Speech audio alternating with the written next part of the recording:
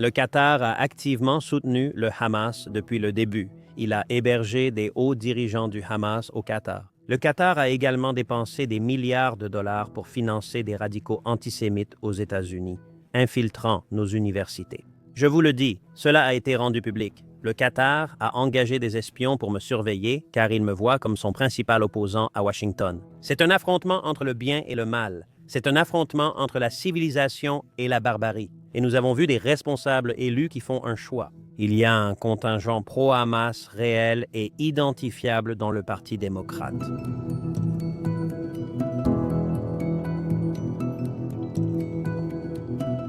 Bienvenue à tous. Accueillons le sénateur Ted Cruz à Miami. Merci d'être ici, sénateur Cruz. Gabe, ravi d'être avec toi. Merci.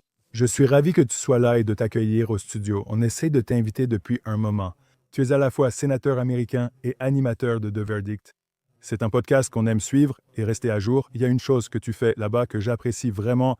Je voulais juste te dire, en tant que quelqu'un qui aime aller dans les détails et pas seulement lire les gros titres, que tu fais vraiment ça. Tu l'as fait cette semaine, j'apprécie et j'espère que tu continueras ainsi.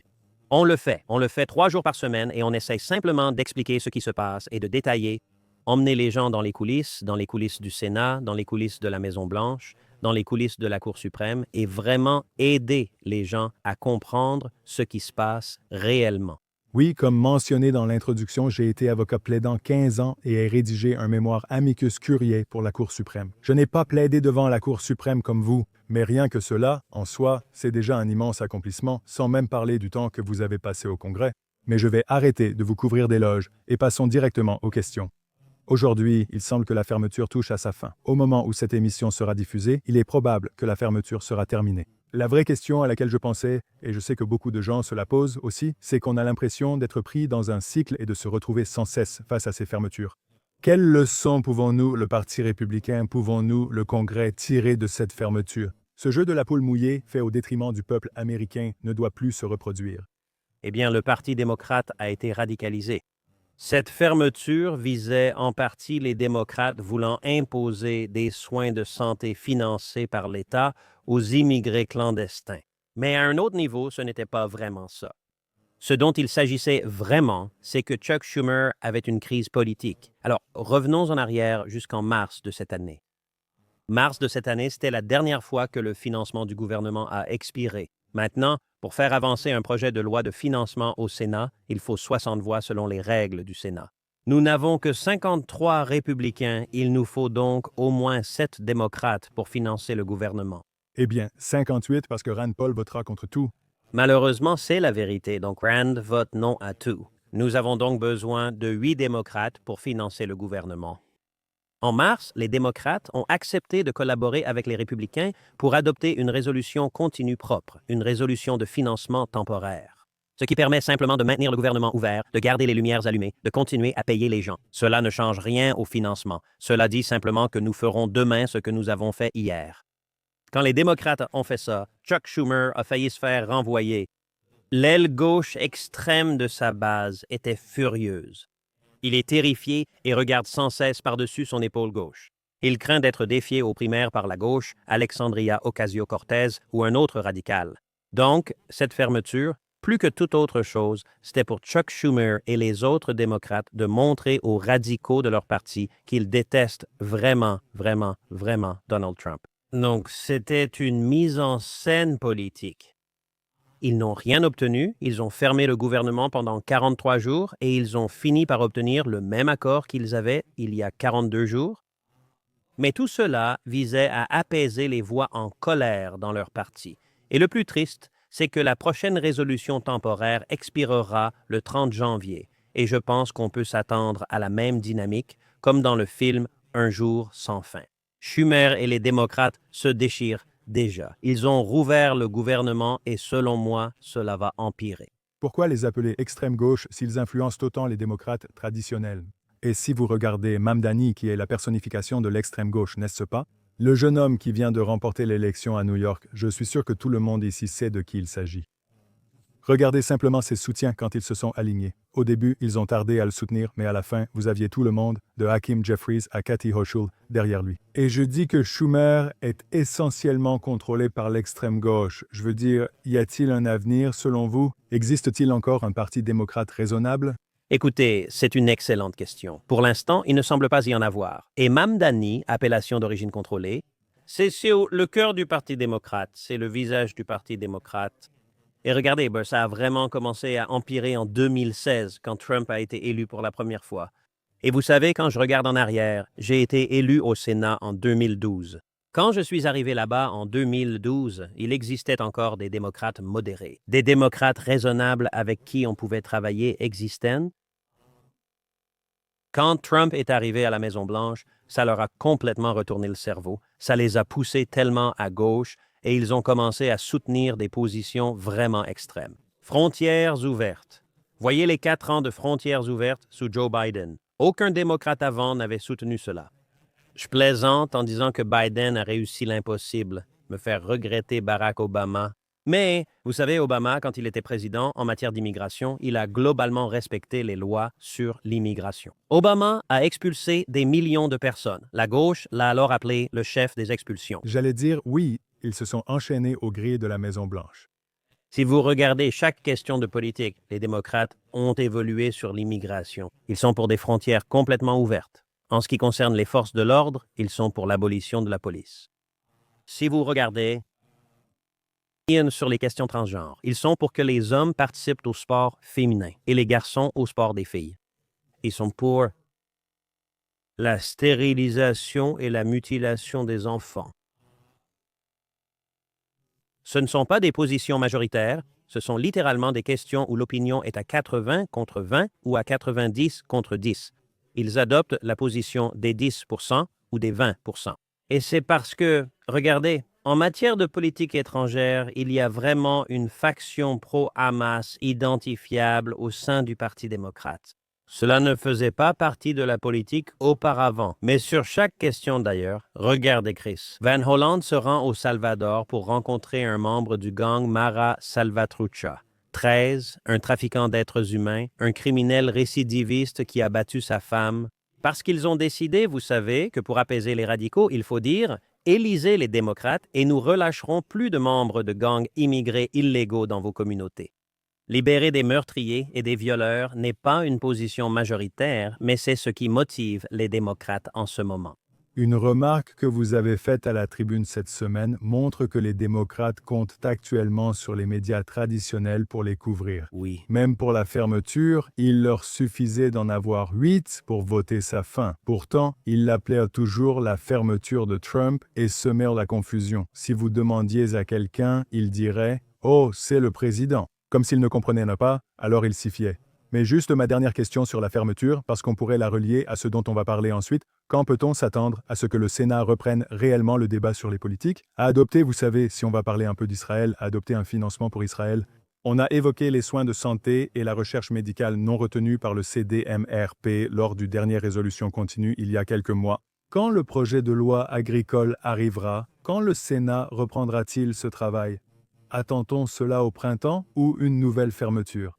À bien des égards, ce Sénat et ce Congrès ont été très productifs. La plupart de nos réalisations proviennent d'un processus appelé réconciliation budgétaire.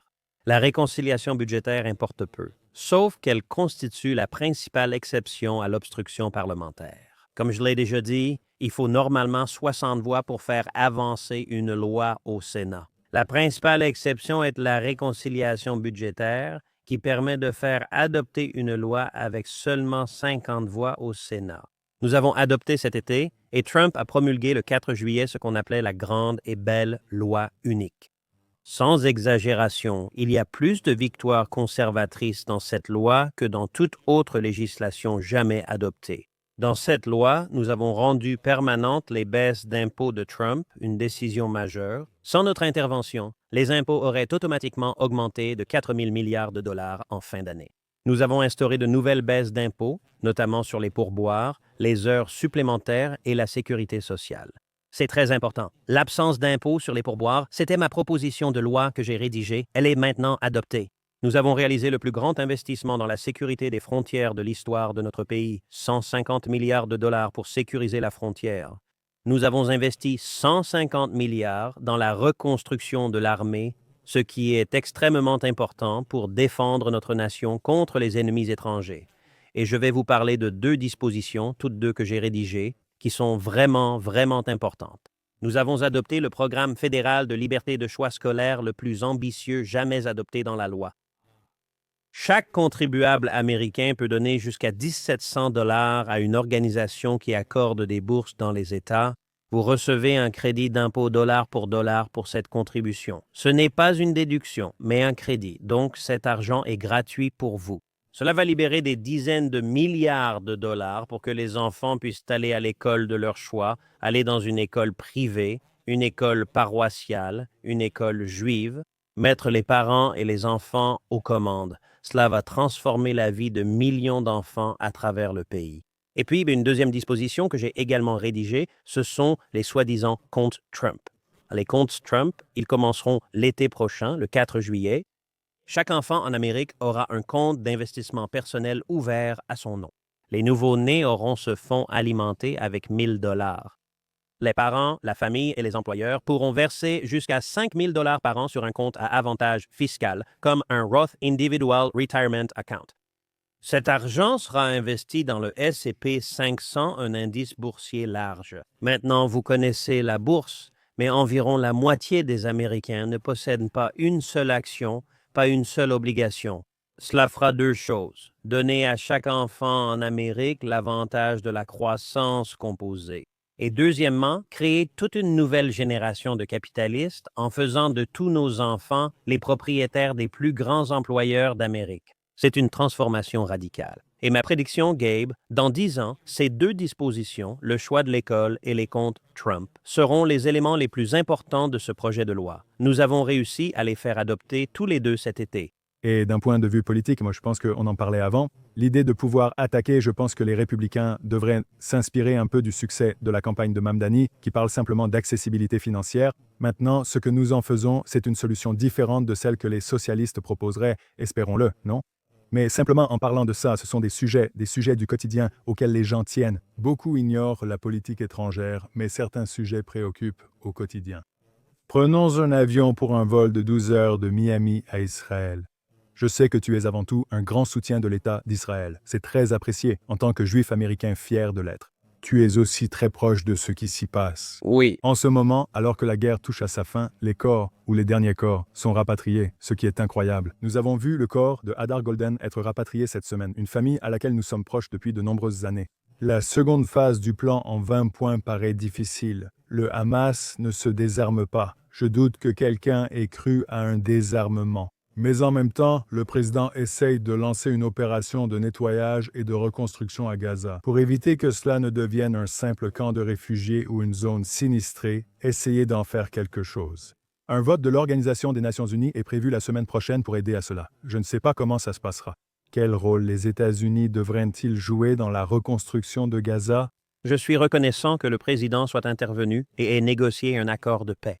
Et la conséquence de l'accord de paix, c'est que les derniers otages sont rentrés chez eux. C'est très important. Cela faisait plus de 2 ans. Pour ramener les otages, il fallait que cela arrive. Je ne pense pas que cela aurait eu lieu sans l'implication directe du président Trump. Maintenant, pour l'avenir à Gaza, le véritable défi est que le Hamas est une organisation terroriste qui, selon moi, reste déterminée à la destruction d'Israël. C'est inscrit dans la charte même du Hamas. C'est-à-dire que lorsqu'ils scandent de la rivière à la mer, ils veulent dire anéantir la nation d'Israël. Il est très difficile de parvenir à un compromis avec quelqu'un qui veut votre mort. Vous savez, cela me rappelle qu'à l'époque de la présidence d'Obama, il y avait un dessin éditorial qui montrait l'ayatollah disant « mort à l'Amérique ». Et il montrait John Kerry disant « Pouvons-nous trouver un compromis ?» Il n'y a pas de terrain d'entente viable avec une organisation terroriste qui cherche toujours à assassiner ses opposants. Alors, écoutez, le gouvernement d'Israël, à la suite du 7 octobre, s'est engagé à éliminer totalement le Hamas. Et ils ont déjà fait beaucoup dans ce sens, mais je pense que les combattants du Hamas qui restent vont représenter un défi permanent. En ce qui concerne le rôle des États-Unis, je ne pense pas que les États-Unis devraient me financer la reconstruction de Gaza, particulièrement parce que ce qui s'est passé à Gaza est le résultat direct de la décision du Hamas de lancer une guerre pour commettre l'une des plus grandes atrocités que le monde ait jamais vues le 7 octobre, et c'était le résultat direct. Des pays arabes du Moyen-Orient pourraient financer la reconstruction de Gaza s'ils le souhaitent. Je pense que la Maison-Blanche de Trump facilite ce processus. Mais je peux vous dire que je n'ai absolument aucun intérêt à ce que l'argent des contribuables américains serve à reconstruire Gaza, et je ne pense pas que cela soit probable. Oui, pour être clair, j'ai parlé à des sources sur place aujourd'hui en Israël.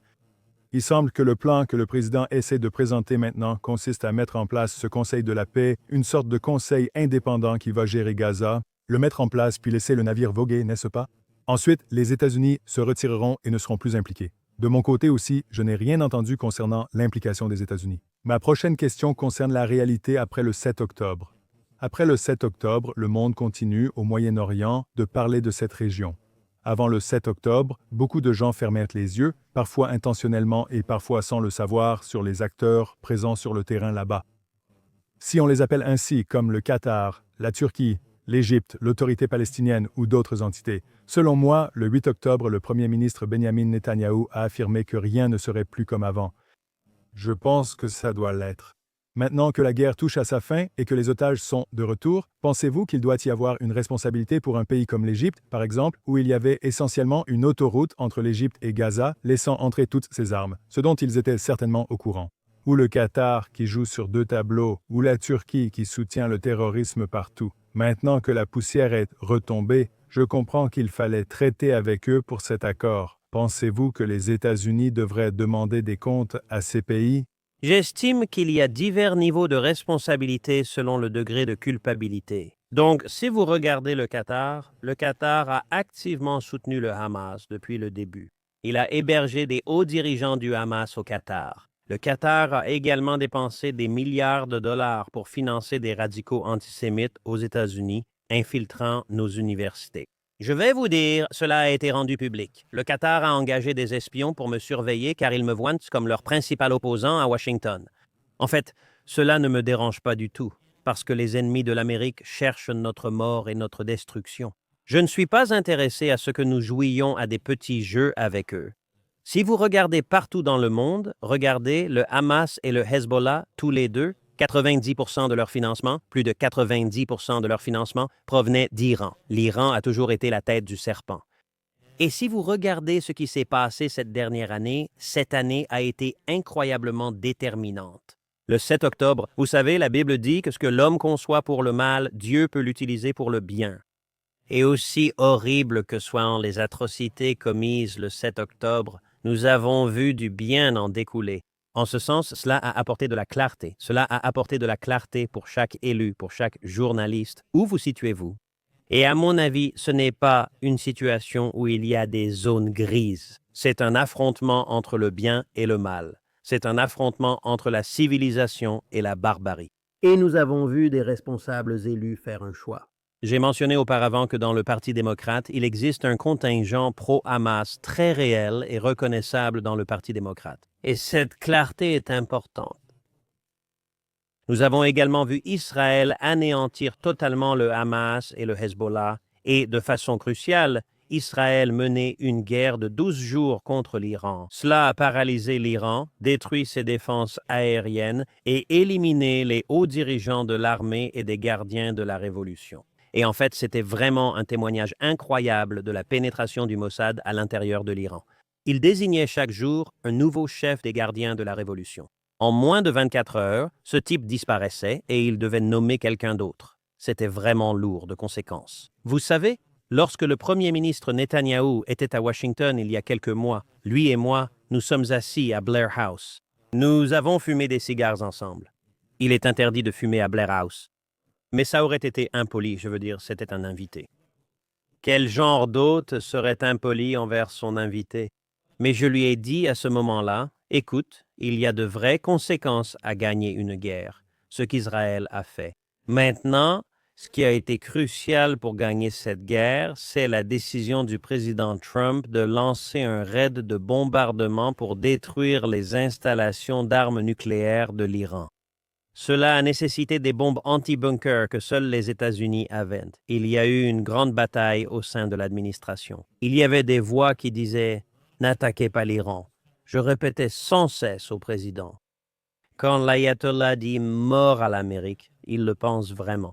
Et nous devons agir de manière décisive pour empêcher l'Iran de pouvoir tenir cet engagement. Le président Trump l'a fait et c'était absolument crucial, renforçant la sécurité des États-Unis et d'Israël. Ma dernière question à ce sujet est la suivante. Quel rôle l'agression croissante de la Russie dans la région joue-t-elle dans la prise de décision des États-Unis au Moyen-Orient? Les États-Unis doivent-ils privilégier l'éviction de la Russie, notamment en lien avec la Turquie et son effet de levier? Les États-Unis disent « On vous vend des avions si vous n'achetez pas à la Russie ». En ce moment, il y a des discussions avec la Syrie. Je crois que Jaoulani est à la Maison-Blanche cette semaine. Et il y a beaucoup de rumeurs selon lesquelles les États-Unis disent « Faisons sortir la Russie de là-bas ». Quel est l'impact de cela sur la politique américaine au Moyen-Orient? La Russie est une force malveillante partout où elle agit dans le pays. La Russie est une force malveillante. La Chine est une force malveillante. Ils ne sont pas nos amis. Vous avez posé une question sur la Turquie? Lors de la première administration Trump, lorsque le président Erdogan est venu de Turquie aux États-Unis pour rencontrer le président Trump a invité 5 sénateurs à se joindre à lui pour cette réunion dans le bureau ovale. J'étais l'un de ces 5, donc j'ai passé 2 heures dans le bureau ovale avec le président Trump et le président Erdogan, et c'était assez intéressant. Je pense qu'Erdogan est venu en pensant que le Congrès américain était comme son Parlement, juste une chambre d'enregistrement. Quoi que dise Trump, nous allions suivre. Et franchement, Gabe, cette réunion était inhabituelle. C'est différent de toutes les réunions avec le président Trump auxquelles j'ai assisté. En 2 heures, il a parlé peut-être 5 à 10 minutes. Il est resté silencieux presque toute la réunion. Le président Trump, vous dites? Le président Trump, oui. La plupart des discussions ont été menées par les 5 sénateurs. Et donc, ce que j'ai dit à Erdogan, c'est 2 choses. Premièrement, j'ai dit, écoutez, la Turquie est un allié. La Turquie est membre de l'OTAN. Nous voulons rester amis avec la Turquie. Mais j'ai dit, premièrement, tant que vous avez le système de défense antimissile russe S-400, vous n'aurez pas le F-35. Et j'ai dit à Erdogan, j'ai probablement 95 voix au Sénat pour vous refuser le F-35, donc vous devez choisir l'un ou l'autre, vous n'aurez pas les deux, parce que nous n'allons pas entraîner le système de défense antimissile russe sur nos propres avions de chasse avancés. J'ai aussi dit que nous ne resterions pas passifs pendant que vous exterminez les Kurdes. Les Kurdes ont soutenu les États-Unis à plusieurs reprises lors de conflits militaires successifs, et nous n'allons pas rester là à vous regarder les massacrer. Trump regarde Erdogan et dit « Tu vois avec quoi je dois composer ?» C'était intéressant. Et c'était très clair. En fait, c'était un peu Trump qui jouait au bon flic, mauvais flic. Et nous étions très contents d'être les mauvais flics. Erdogan refusant d'abandonner les S-400, nous avons supprimé l'accès au F-35, ce n'était pas du bluff. Et ils devaient recevoir le F-35 et finalement, ils ne l'ont pas eu. Je pense que la Turquie a pris une direction négative, surtout après le 7 octobre, et cela reste un vrai défi pour un membre de l'OTAN d'aller dans une direction qui encourage les islamistes dans son propre pays. Ce n'est pas bon pour la sécurité nationale des États-Unis, et je pense que c'est quelque chose que le président veut améliorer. Merci. Parlons maintenant d'un sujet que vous avez beaucoup abordé cette semaine. C'est en fait l'une des principales raisons pour lesquelles je voulais vous parler maintenant. Donc je suis content qu'on ait eu la chance de vous avoir. C'est la montée de la droite woke, peu importe comment on les nomme, extrême droite, droite anti-Israël, antisémite. Ça dépend à qui vous demandez, mais on les voit et la plupart les connaissent. En entendant T-U-C-K-E-R-C-A-R-L-S-O-N, j'ai entendu que les gens devraient citer des noms. Je n'ai jamais eu de problème à citer des noms, au grand désarroi de beaucoup de gens, mais Tucker, Candace, Glenn Greenwald et d'autres discutent de la question raciale. Mais on parle aussi, tu sais, de Thomas Massie et d'autres membres au Congrès à Washington, des candidats qu'on voit partout dans le pays. Dis-moi d'abord, de ton point de vue, à quel point ce problème est-il réel? Dans quelle mesure est-ce exagéré? Est-ce aussi grave que beaucoup d'entre nous le pensent?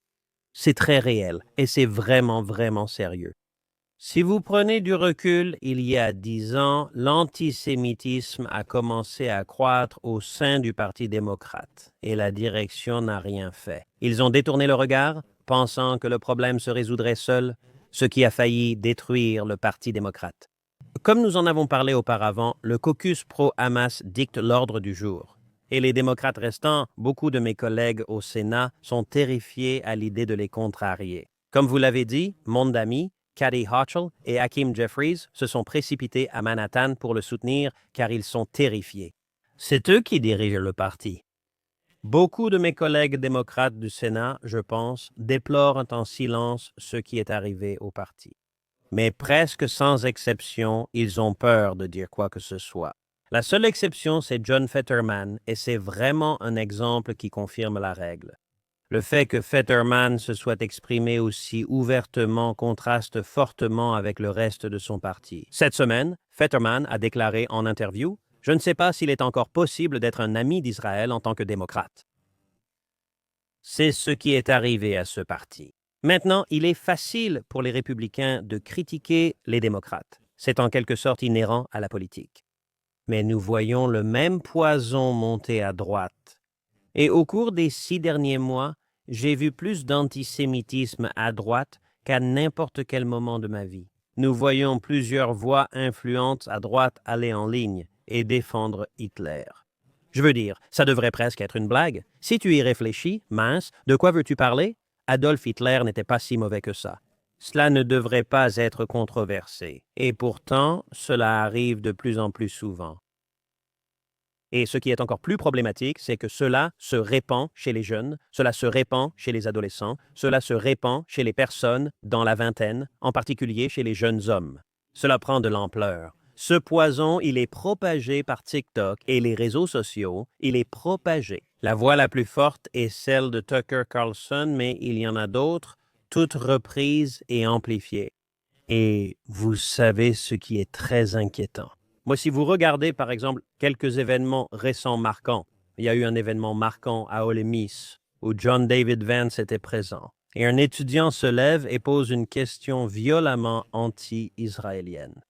Le plus troublant, c'était la réaction de la foule. Environ 20 à 30% des étudiants ont applaudi.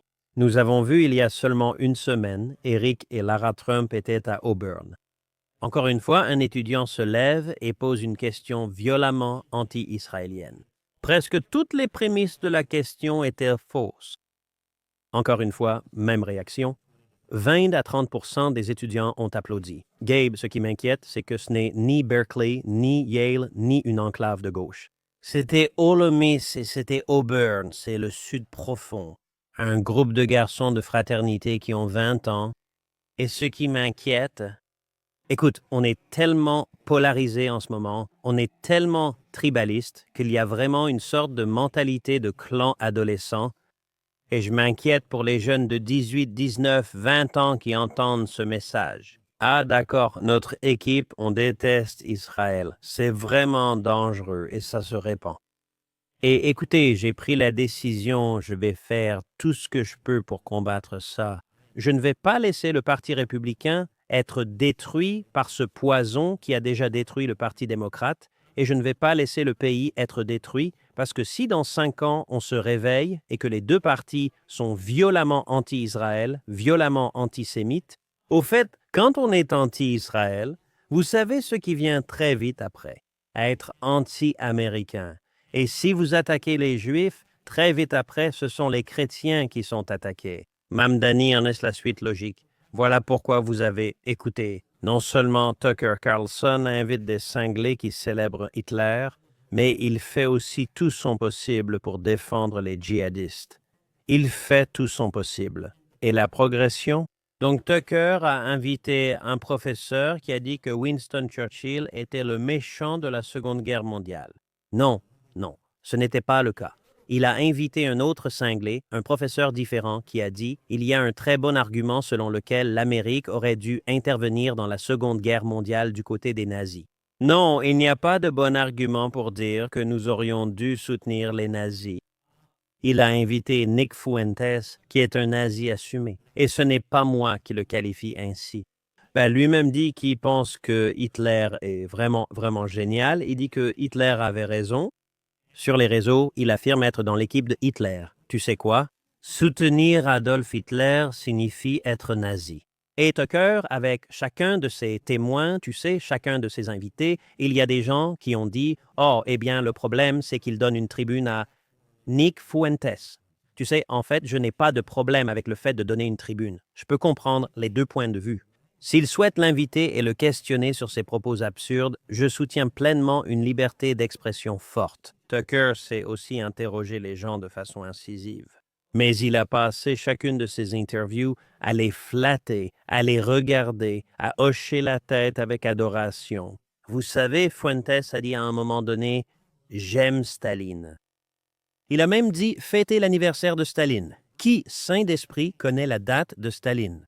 C'est l'une des personnes les plus maléfiques, un meurtrier de masse. Et Tucker acquiesce simplement et fait comme s'il était d'accord. J'aime Staline. Au fait, il n'y a qu'un pas de là à ce que Tucker dise, comme il l'a fait, que l'Amérique devrait présenter ses excuses à la famille d'Oussama Ben Laden.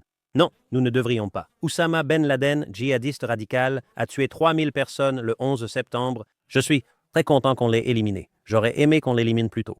Tucker de même a dit qu'il ne sait pas si le Hamas est une organisation terroriste. Il pense qu'il pourrait n'être qu'une organisation politique.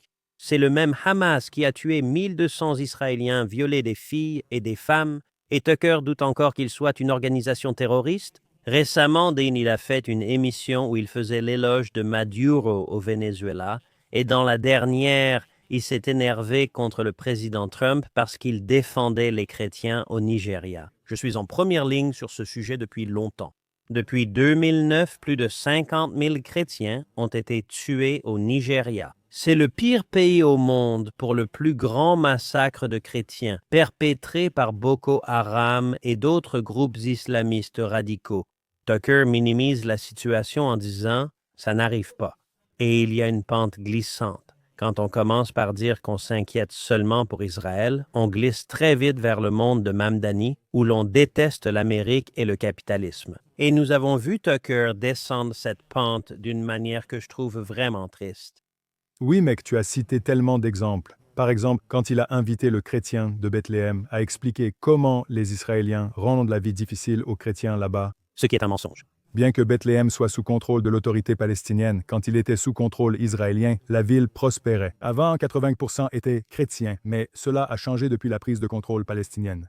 Les histoires sont innombrables, je suppose. Ma dernière question pour vous. Hier soir, j'ai pris la parole lors d'un événement pour une organisation qui aide à former des étudiants juifs à l'autodéfense. Voilà le monde d'aujourd'hui. Ce couple très respecté, d'une quarantaine bien avancée, est venu me voir après. Ça me paraît jeune, à moi. C'est mon âge, donc je prends ça comme un compliment. Donc ma fille de 18 ans ne pense pas que je sois jeune. Mais peut-être qu'aucune de mes filles ne pense que je sois jeune. Mais ça... Ce n'est pas grave. Mes ados disent « OK, boomer », mais je leur rappelle que je suis génération X, pas boomer. Je ne sais pas ce que je suis ni comment utiliser TikTok ou Snapchat de mes enfants, donc ils me voient sûrement comme vieux. J'aurai 45 ans le mois prochain. Joyeux anniversaire. Merci. Tu connaîtras ma date d'anniversaire, qui n'est pas celle de Staline. Et je suis tellement... Content de l'entendre. Je ne savais pas ce que c'était avant que Fuentes en parle. On peut donc apprendre de lui. Ce couple me rejoint après l'événement, une fois mon discours terminé. Je suis optimiste et réaliste. Je décris la réalité tout en affirmant que les choses peuvent s'améliorer. Je propose aussi des exemples d'actions à entreprendre pour y parvenir. Que ce soit à la maison, en communauté ou en politique, c'est l'angle que j'adopte. Ils m'ont dit, nous ne sommes pas politiques, mais voyons ce qui se passe à gauche. Les démocrates sont partis. En tant que juifs, nous l'avons toujours été. Ce couple me dit cela. Maintenant, nous voyons aussi ce qui se passe à droite. Est-ce le moment pour les Juifs de quitter l'Amérique? Où est notre foyer ici? Où est notre foyer politique? N'est-ce pas? Si nous n'avons pas de foyer politique, comme tu le dis, alors comment pouvons-nous rester ici? Et bien sûr, je leur ai donné ma réponse, mais j'ai pensé que ce serait une excellente question à te poser. Alors, écoute, la seule réponse, c'est que nous devons nous battre et gagner. Absolument. Les Juifs ont un foyer en Amérique et ont joué un rôle extrêmement important pour stimuler la prospérité, l'innovation et la création de nouvelles entreprises. Observez le nombre d'entrepreneurs, de scientifiques et de lauréats du prix Nobel juif. L'Amérique est immensément plus riche non seulement sur le plan matériel, mais aussi en termes d'innovation et de médicaments vitaux, d'art et de culture. Grâce à la communauté juive florissante en Amérique. Et je dirais, lorsque vous avez des universités comme l'Université Columbia, lorsque les manifestations antisémites avaient lieu. L'un des rabbins du campus a envoyé un email à tous les étudiants juifs en disant « Ne venez pas sur le campus car l'université ne peut pas et ne vous protégera pas. » C'est horrible. Et c'est parce que les administrateurs de l'université et beaucoup trop de membres du corps enseignant prennent le parti des manifestants violemment anti-israéliens et anti-américains. Et comprenez bien ces manifestants antisémites. Ce n'est pas seulement anti-israélien, c'est ouvertement antisémite. Et ils scandent des choses comme « retourner dans les fours ». Ce n'est pas subtil, c'est brutal, explicite et ouvert. Mais ils brûlent aussi des drapeaux américains et ils sont ouvertement anti-américains. Maintenant, ces groupes sont financés. Ils sont financés, je crois, par le Qatar. Ils sont financés, je crois, par l'Iran. Ils pourraient être financés par la Chine communiste. Et puis, il y a des gauchistes en Amérique, dont beaucoup figurent parmi les plus grands donateurs du Parti démocrate, qui les financent. J'ai conseillé au président Trump, au département de la justice et au FBI de suivre l'argent.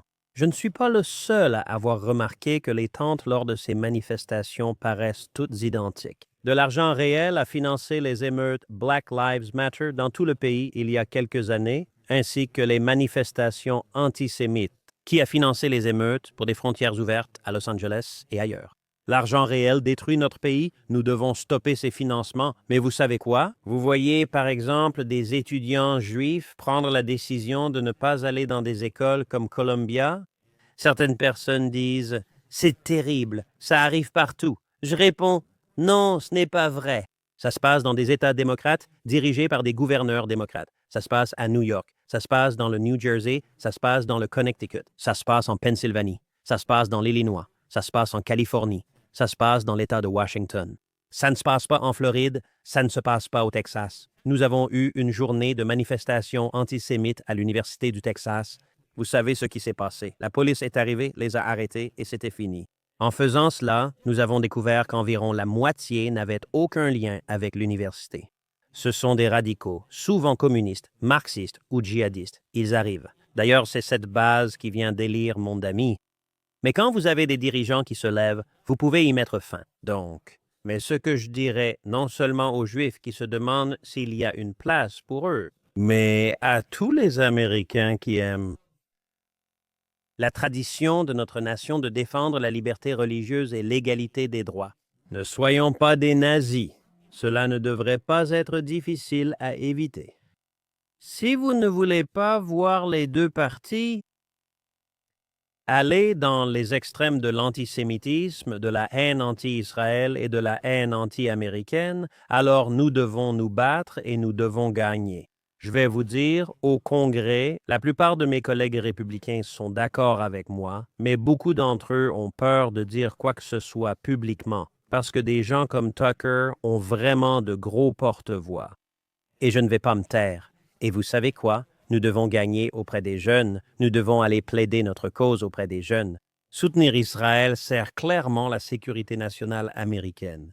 Quand Israël éliminait les terroristes du Hamas et du Hezbollah, cela rendait l'Amérique plus sûre parce que ces cinglés tuent des Américains. Ils veulent tuer des Américains. Quand Israël détruisait les défenses aériennes et les chefs militaires de l'Iran. Il y a une raison pour laquelle l'ayatollah appelle Israël le petit Satan et l'Amérique le grand Satan. Israël rendait l'Amérique plus sûre. Nous soutenons Israël car c'est dans notre intérêt de sécurité nationale. Mais tu sais, Gabe, il ne faut pas que seul toi et moi en parlions. Nous devons aller convaincre les jeunes. C'est pour ça que je fais mon podcast Verdict avec Ted Cruz. Nous avons des millions d'auditeurs. C'est pour ça que je m'implique très directement dans ce combat. La seule solution pour notre pays est de nous battre, de gagner et de le reprendre. Tu es optimiste, moi aussi. Je crois en l'Amérique et je pense que nous pouvons la reprendre. Sénateur Ted Cruz, merci. Le gouvernement n'est pas la solution à tout, mais il peut aider. Je suis heureux de ce que vous faites. Merci beaucoup. Je vous en suis reconnaissant. Merci à tous. N'oubliez pas d'aimer, de suivre, de vous abonner et de faire tout ce que vous faites pour soutenir les podcasts. Et on se retrouve la prochaine fois.